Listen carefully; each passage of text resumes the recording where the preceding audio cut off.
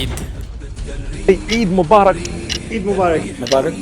ঈদ এইবার মুবারক। আবার বিশ্বের 2 বিলিয়ন মুসলমান নিজের সব থেকে বড় ফেস্টিভ্যাল ঈদ পালন করবে, যেখানে বিশ্বের 57টি কান্ট্রি মানে এই সব সিটিতে বিজনেস, স্কুল, কলেজ সবকিছু বন্ধ হয়ে যাবে। আর বিশ্বের বড় বড় লিডাররা এই দিনের মোবারকবাদ দিবে। আর শুধু এটাই নয়, এমনকি বিশ্বের বড় বড় বিজনেস একবারে কেঁপে উঠে যাবে। কিন্তু কেন?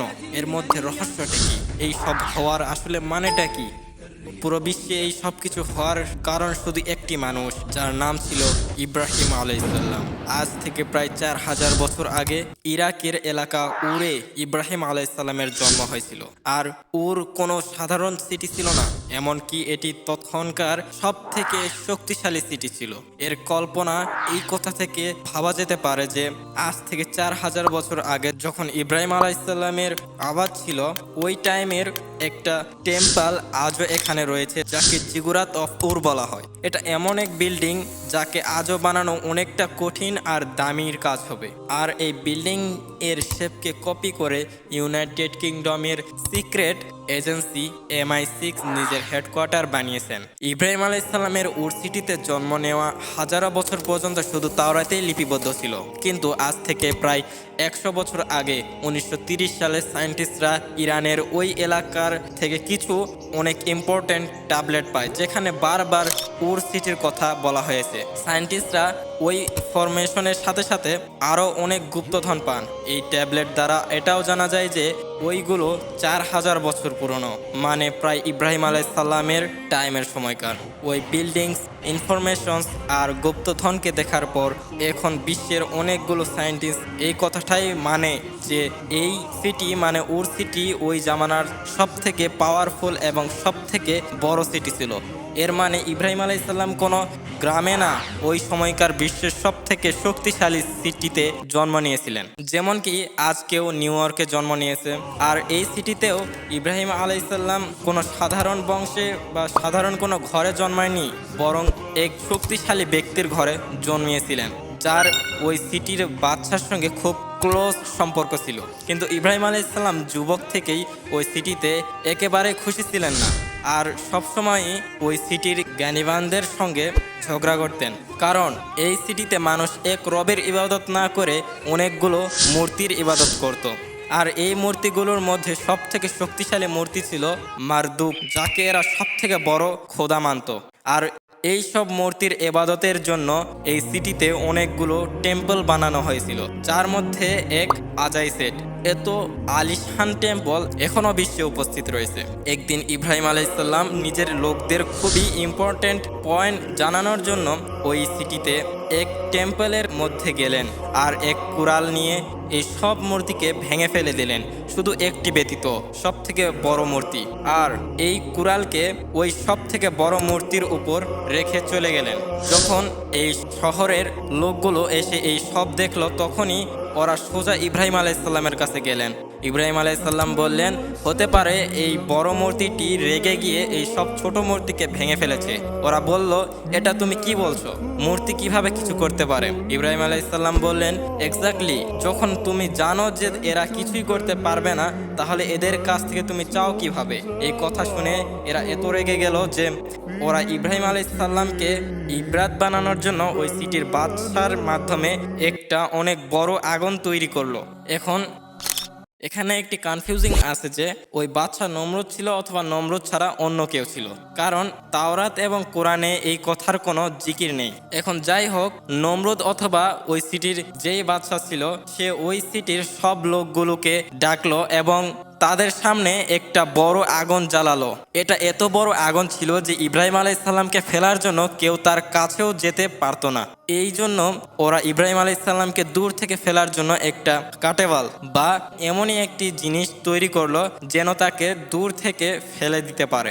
আর এই সব দূর থেকে উর সিটির এক অনেক বড় ক্লাউড দেখছিলেন, যারা ওই সময়ের সব থেকে শক্তিশালী লোক। কিন্তু এই সব ক্রাউডের মধ্যে ইব্রাহিম আলাইসাল্লামকে সাপোর্ট করার কেউ ছিল না, শুধু একজন ব্যতীত, ইব্রাহিম আলাইসাল্লামের ভাতিজা লুত আলাইসাল্লাম। সে এই ক্রাউডের মধ্যে উপস্থিত ছিলেন। যখন এই সব পরিকল্পনা কমপ্লিট হলো, ইব্রাহিম আলাইসাল্লামকে আগুনে ফেলে দেওয়ার আগে তিনি শুধু একটি কথাই বললেন, যে আমার জন্য আমার আল্লাহই পর্যাপ্ত। শেষে তারা ইব্রাহিম আলাইসাল্লামকে আগুনে ফেলে দিলেন, কিন্তু ইব্রাহিম আলাইসাল্লাম ওই সময়ের সব থেকে শক্তিশালী লোকদের সামনে একদম সুস্থ সবলভাবে এই আগুনের মধ্যে থেকে হেঁটে বের হয়ে গেলেন। এটা দেখে এই সিটির সকলেই খুবই অবাক হয়ে গেলেন যে এটা কিভাবে হতে পারে। কিন্তু এরপর এই সব লোক এত ভয় পেলেন যে ওরা দ্বিতীয়বার কখনো ইব্রাহিম আলাইসাল্লামকে ক্ষতি করার চেষ্টাও করেনি। এর কিছু সময় পর ইব্রাহিম আলাইসাল্লাম তার বিবি সারা এবং তার ভাতিজাকে নিয়ে ফিলিস্তিনে যান। তারপর লূত আলাইসাল্লাম এদের ছেড়ে এক অন্য সিটিতে গেলেন, আর ওখানে যা হলো তা আমরা অন্য কোনো সময় দেখব ইনশাআল্লাহ। সাবস্ক্রাইব। লূত আলাইসাল্লাম যাওয়ার পর ইব্রাহিম আলাইসাল্লাম এখানে ফিলিস্তিনের এলাকাতে নিজের ফ্যামিলির সাথে বসবাস করেন। ইহুদিদের কিতাব তাওরাতে লেখা যে ইব্রাহিম আলাইসাল্লামের কাছে এক সময়ে 3000-এরও বেশি গোলাম ছিল, কিন্তু এত বড় সম্পদ আর এত কিছু থাকার পরেও ইব্রাহিম আলাইসাল্লামের কোনো সন্তান ছিল না। তো উনি 83 বছর বয়সে আল্লাহর কাছে সন্তানের জন্য দোয়া করলেন, যেটি আল্লাহ কবুল করলেন। কিন্তু এরপর তাওরাতে খুবই ইন্টারেস্টিং কথা লেখা হয়েছে যে তাওরাতে লেখা যখন ইব্রাহিম আলাইসাল্লাম সন্তানের জন্য দোয়া করলেন তখন আল্লাহ তাআলা তাকে বললেন, উপরে আকাশের দিকে তাকাও, আকাশে তুমি যতগুলো তারা দেখতেছো একদম এমনই ভাবে তোমার সন্তান সন্ততি পুরো বিশ্বে ছড়িয়ে যাবে, আর বিশ্বের অনেক বড় বড় বাদশা আর নবী তোমার সন্তান থেকেই হবে। যার পর ইব্রাহিম আলাইসাল্লামের বিবির মাধ্যমে তার ছেলে সন্তান ইসমাইল আলাইসাল্লামের জন্ম হয়। কিন্তু যখন ছেলের বয়স 11, 12, 13 হলো, একদিন ইব্রাহিম আলাইসাল্লাম স্বপ্নে দেখলেন যেখানে তিনি তার সন্তানকে জবাই করতেছিলেন। ইব্রাহিম আলাইসাল্লাম ইসমাইল আলাইসাল্লাম এবং তার বিবি হাজেরাকে নিয়ে ফারানের মরুভূমির দিকে রওনা দেন, যেটাকে অনেকে মক্কার আশপাশের জায়গা বলে মনে করে। ফিলিস্তিনের আর মক্কার মধ্যে প্রায় 1400 কিলোমিটার দূরত্ব ছিল।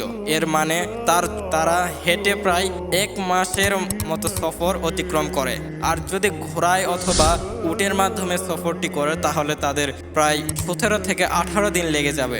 ইব্রাহিম আলাইসাল্লাম তার বিবি এবং সন্তানকে ফারানের এই মরুভূমিতে একেবারে খালি স্থানে রেখে আবার ফিলিস্তিনের দিকে রওনা দেন। তার বিবি এইভাবে 2 বার প্রশ্ন করলেন যে আপনি কিভাবে আমাদের এইভাবে একা রেখে যেতে পারেন।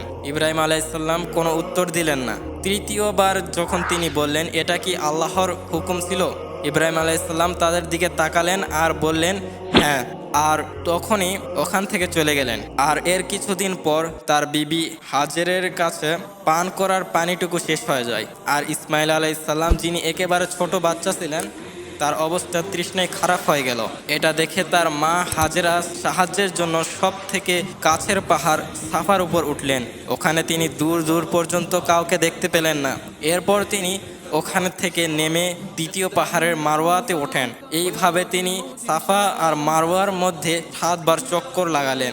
আল্লাহর কাছে এক মা তার সন্তানেরকে বাঁচানোর চেষ্টা এত ভালো লাগলো যে এর প্রায় 4000 বছর পরও আজও পুরো বিশ্ব থেকে লক্ষ লক্ষ মানুষ এসে এই সাফা আর মারওয়ার মাঝে 7টি করে চক্কর লাগান। 7 চক্কর দেওয়ার পর হাজেরা দেখলেন যেখানে ইসমাইল আলাইসাল্লাম ছিলেন ওখানে জমিনের ভেতর থেকে পানি বের হওয়া শুরু হলো। তো তিনি দ্রুত এই পানিকে জমা করার চেষ্টা করলেন, কিন্তু এই পানি এত স্পিডে বের হচ্ছিল যে তিনি বারবার জমজম জমজম বলছিলেন। তার অর্থ হলো থেমে যাও, থেমে যাও। এই পর্যন্ত তো এই গল্প প্রায় সকলেই জানে, কিন্তু এরপর হাজেরা ও ইসমাইল আলাইসাল্লাম এই এলাকা মক্কাতেই থাকেন। একদিন ইয়ামান থেকে এক কাবিলা বনু জুরহাম শামের দিকে যাচ্ছিল। ইয়ামান ও শামের মধ্যে যে নর্মাল রাস্তা ছিল এর মধ্যে কেউ মক্কা এলাকায় থামতো না, কিন্তু এইবার যখন এক কাবিলা মক্কার কাছাকাছি দিয়ে যাচ্ছিল তখন তারা আসমানে দেখলো কিছু এমন পাখি দেখতে পেল যা শুধু মরুভূমির পানির উপরেই দেখা যায়। ওই পাখিকে ফলো করে তারা ইসমাইল আলাইসাল্লাম আর হাজেরার কাছে পৌঁছে, আর এরা প্রথমবার এই এলাকায় এত পানি দেখে অবাক হয়ে যায়। আর এইভাবে ইয়ামানি কাবিলা প্রথমবার মক্কায় সেটেল হয়ে যায়, আর বাকি লোকরাও আস্তে আস্তে এখানে সেটেল হতে থাকে। এইভাবে মক্কা, শাম আর ইয়ামানের মধ্যে একটা ইম্পর্ট্যান্ট সিটি হয়ে যায়। যখনই ইসমাইল আলাইসাল্লামের দৌড়াদৌড়ি করার উপযুক্ত হলো, তখন ইব্রাহিম আলাইসাল্লাম স্বপ্নে দেখলেন যেখানে ইসমাইল আলাইসাল্লামকে জবাই হুকুম দেওয়া হলো। কিন্তু এখানে একটা কনফিউশন রয়েছে যে ইব্রাহিম আলাইসাল্লামের দুটি ছেলে ছিল। ইয়াহুদিদের কিতাবে তাওরাতে লেখা ইব্রাহিম আলাইসাল্লামের দ্বিতীয় ছেলে ইসহাক আলাইসাল্লামকে জবাই করার কথা বলা হয়েছে, আর কোরআনে শুধু ইব্রাহিম আলাইসাল্লামের একমাত্র পুত্র সন্তানকে জবাই করার কথা বলা হয়েছে। কোন ছেলেকে জবাই করবে তা উল্লেখ করা হয়নি, কিন্তু অধিকাংশ ওলামায়ে কেরামের মতে ইসমাইল আলাইসাল্লামকেই জবাই করার কথা বলা হয়েছিল। ইব্রাহিম আলাইসাল্লাম একদিন ফিলিস্তিন থেকে মক্কার দিকে গেলেন আর নিজের একমাত্র সন্তানকে আল্লাহর হুকুম সম্পর্কে বললেন। ইসমাইল আলাইসাল্লাম বলেন, আপনি তেমনই করেন যেমনটা আপনাকে হুকুম দেওয়া হয়েছে। আর ইব্রাহিম আলাইসাল্লাম মক্কাতে নিজের ছেলে জবাই করার জন্য রওনা দিল। তো রাস্তাতে তাদের শয়তান আটকানোর চেষ্টা করলো, তাই তারা কঙ্কর নিক্ষেপ করে শয়তানকে ওখান থেকে তাড়িয়ে দিলেন। ইব্রাহিম আলাইসাল্লাম শয়তানকে মারার এই কাজটিকেও প্রতি বছর যারা হজ করে তারা কপি করে। যখনই ইব্রাহিম আলাইসাল্লাম ইসমাইল আলাইসাল্লামকে জবাই করার জন্য শোয়ালেন, আর জবাই করার একেবারে এন্ড টাইমেই আল্লাহ তাকে আটকালেন আর তার জায়গায় এক দুম্বাকে জবাই করার হুকুম দেন। আর ইব্রাহিম আলাইসাল্লাম এর এই কাজকেও বিশ্বের হজকারীরা পালন করেন। আল্লাহ হুকুম করেন, এই জবাইকৃত পশুকে তুমিও খাও আর বাকিদেরকেও খাওয়াও। আর এই জন্যই কোরবানির মাংস 3 ভাগে ভাগ করা হয়। প্রথম পরিবার, দ্বিতীয় আত্মীয় স্বজনের জন্য, আর তৃতীয় গরিবদের জন্য। এটি একটা ইভেন্ট যেটা আজ থেকে প্রায় 4000 বছর আগে এক বাবা এবং তার ছেলের মধ্যে এক ছোট গ্রাম মক্কায় হয়েছিল।